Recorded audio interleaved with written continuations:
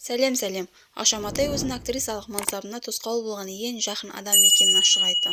Оны бастамас бұрын каналға тіркеліп, лайк басып, комментарий жазуды ұмытпаңыз. Аша Матай өзінің актрисалық мансабына тосқауыл болған ең жақын адам екенін ашық айтты. Актерлік мансабын Арманның кесірінен жалғастыра алмадым. Арман рұқсат бермеді. Соңғы кином 16 қыз еді. Бірақ менің ойымша онда тұрған ештеңе жоқ.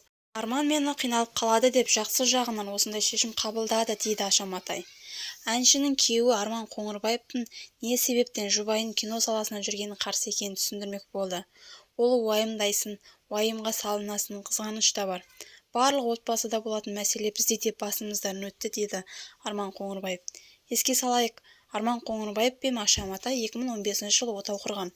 Бүгінде жұлдызды жұп Асылым, Айым есімді қыздарды тәрбиелеп отыр. Аша Матай дәл қазіргі сәтте тележүргізушілік жұмысын жасап жатыр және әнші. Кино саласына мүлдем кетті, себебі денсаулығына байланысты, деді Арман Қоңырбаев. Соңына дейін тыңдағандарыңызға көп рахмет. Лайк басып, комментарий жазып, каналға тіркелуді ұмытпаңыздар, достар.